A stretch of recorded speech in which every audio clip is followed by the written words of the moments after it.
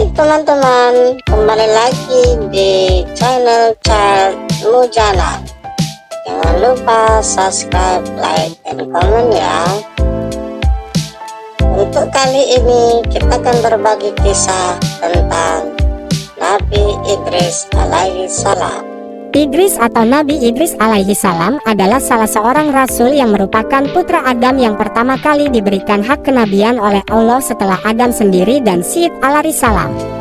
Nabi Idris adalah keturunan keenam dari Nabi Adam, putra dari Yarid bin Milail bin Kinan bin Anusi bin Syed bin Adam alaihi salam, yang menjadi keturunan pertama yang diutus menjadi nabi setelah Adam dan Syed. Nabi Idris dianugerahi kepandaian dalam berbagai disiplin ilmu, kemahiran, serta kemampuan untuk menciptakan alat-alat untuk mempermudah pekerjaan manusia, seperti pengenalan tulisan, matematika, astronomi, dan lain sebagainya. Menurut suatu kisah, terdapat suatu masa di mana kebanyakan manusia akan melupakan Allah sehingga Allah menghukum manusia dengan bentuk kemarau yang berkepanjangan. Nabi Idris pun turun tangan dan memohon kepada Allah untuk mengakhiri hukuman tersebut. Allah mengabulkan permohonan itu dan berakhirlah musim kemarau tersebut dengan ditandai turunnya hujan. Nabi Idris diperkirakan bermukim di Mesir di mana ia berdakwah untuk menegakkan agama Allah, mengajarkan tauhid, dan beribadah menyembah Allah serta memberi beberapa pedoman hidup bagi pengikutnya supaya selamat dari siksa dunia dan akhirat. Menurut buku berjudul The Prophet of God Enoch, Nabiullah Idris adalah sebutan atau nama Arab bagi Enoch, nenek moyang Nabi Nuh. Beliau dinyatakan di dalam Al-Quran sebagai manusia pilihan Allah sehingga dia mengangkatnya ke langit. Ibnu Abi Hatim dalam tafsirnya meriwayatkan bahwa Nabi Idris wafat saat beliau sedang berada di langit keempat ditemani oleh seorang malaikat. Beliau hidup sampai usia 82 tahun. Nama Nabi Idris alaihi salam yang sebenarnya adalah Ahnu. Sebab beliau dinamakan Idris karena beliau banyak membaca, mempelajari, tadarus kitab Allah Subhanahu wa Ta'ala. Setiap hari Nabi Idris menjahit kamis, baju kemeja. Setiap kali beliau memasukkan jarum untuk menjahit pakaiannya, beliau mengucapkan tasbih.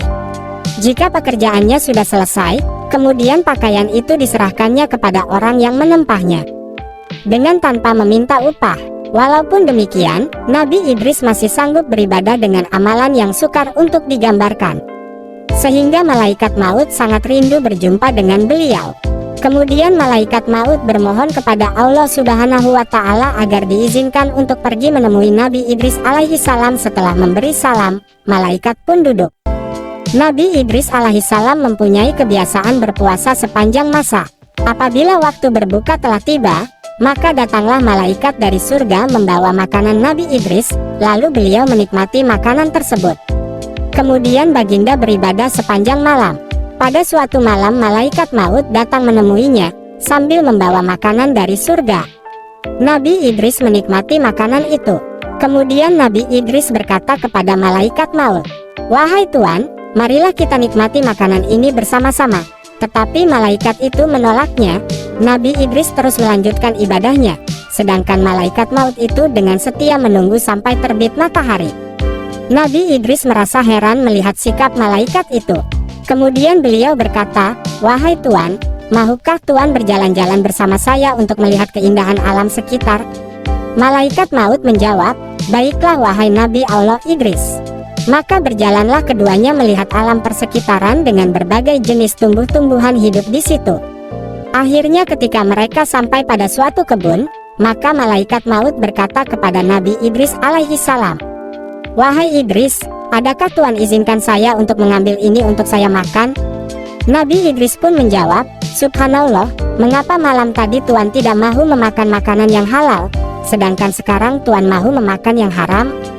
Kemudian malaikat maut dan Nabi Idris meneruskan perjalanan mereka. Tidak terasa oleh mereka bahwa mereka telah jalan selama 4 hari. Selama mereka bersahabat, Nabi Idris menemui beberapa keanehan pada diri temannya itu.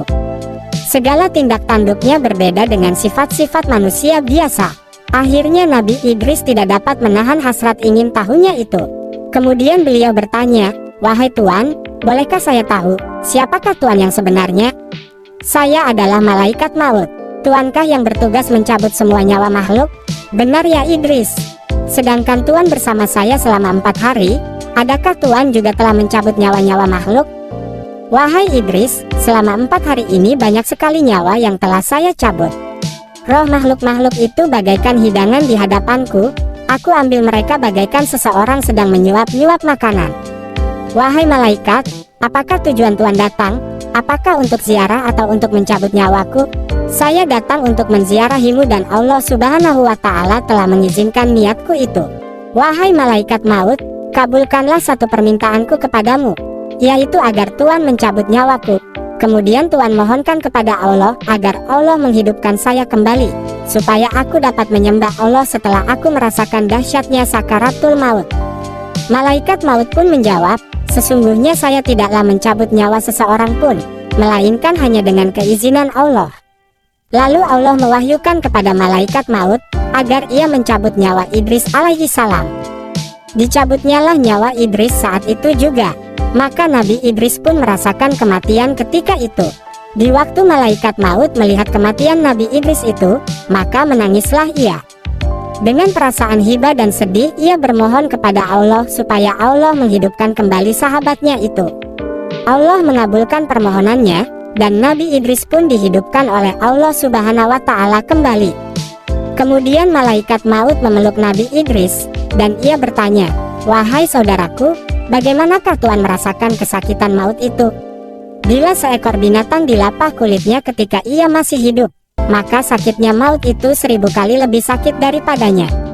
Padahal kelembutan yang saya lakukan terhadap Tuan, ketika saya mencabut nyawa Tuan itu, belum pernah saya lakukan terhadap sesiapapun sebelum Tuan. Wahai malaikat maut, saya mempunyai permintaan lagi kepada Tuan, yaitu saya sungguh-sungguh berhasrat melihat neraka, supaya saya dapat beribadah kepada Allah lebih banyak lagi, setelah saya menyaksikan dahsyatnya api neraka itu. Wahai Idris, saya tidak dapat pergi ke neraka jika tanpa izin dari Allah. Akhirnya Allah mewahyukan kepada malaikat maut agar ia membawa Nabi Idris ke dalam neraka. Maka pergilah mereka berdua ke neraka. Di neraka itu, Nabi Idris dapat melihat semua yang diciptakan Allah Subhanahu wa Ta'ala untuk menyiksa musuh-musuhnya. Seperti rantai-rantai yang panas, ular yang berbisa, kala, api yang membara, timah yang mendidih, pokok-pokok yang penuh berduri, air panas yang mendidih dan lain-lain. Setelah merasa puas melihat keadaan neraka itu, maka mereka pun pulang. Kemudian Nabi Idris berkata kepada malaikat maut, "Wahai malaikat maut, saya mempunyai hajat yang lain, yaitu agar Tuan dapat menolong saya membawa masuk ke dalam surga, sehingga saya dapat melihat apa-apa yang telah disediakan oleh Allah bagi kekasih-kekasihnya. Setelah itu saya pun dapat meningkatkan lagi ibadah saya kepada Allah. Saya tidak dapat membawa Tuan masuk ke dalam surga tanpa perintah dari Allah." Jawab malaikat maut.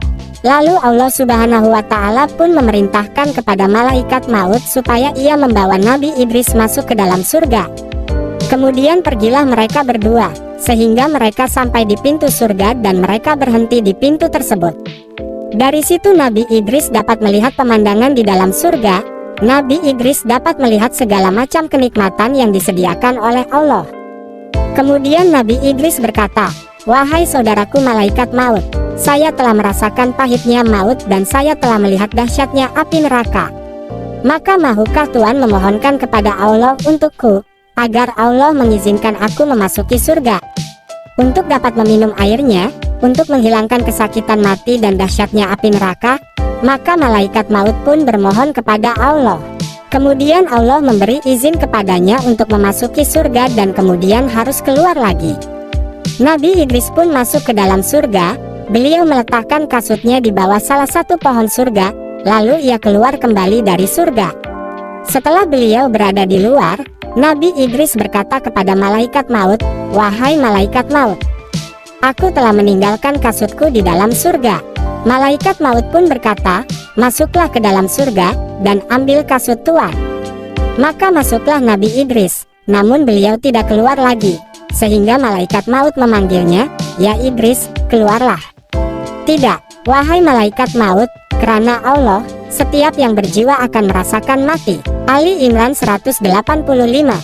sedangkan saya telah merasakan kematian. Dan Allah berfirman, dan tidak ada seorang pun daripadamu, melainkan mendatangi neraka itu. Maryam 71. Dan saya pun telah mendatangi neraka itu. Allah berfirman, mereka sekali-kali tidak akan dikeluarkan daripadanya. Surga. Al-Hijr 48. Maka Allah menurunkan wahyu kepada malaikat maut itu, biarkanlah dia, karena aku telah menetapkan di azali, bahwa ia akan bertempat tinggal di surga. Allah menceritakan tentang kisah Nabi Idris ini kepada Rasulullah SAW dengan firman-Nya bermaksud, dan ceritakanlah, hai Muhammad, kepada mereka, kisah Idris yang tersebut di dalam Al-Quran. Sesungguhnya ia adalah seorang yang sangat membenarkan dan seorang nabi, dan kami telah mengangkatnya ke martabat yang tinggi. Maryam 56-57. Sudah dulu ya teman-teman ceritanya.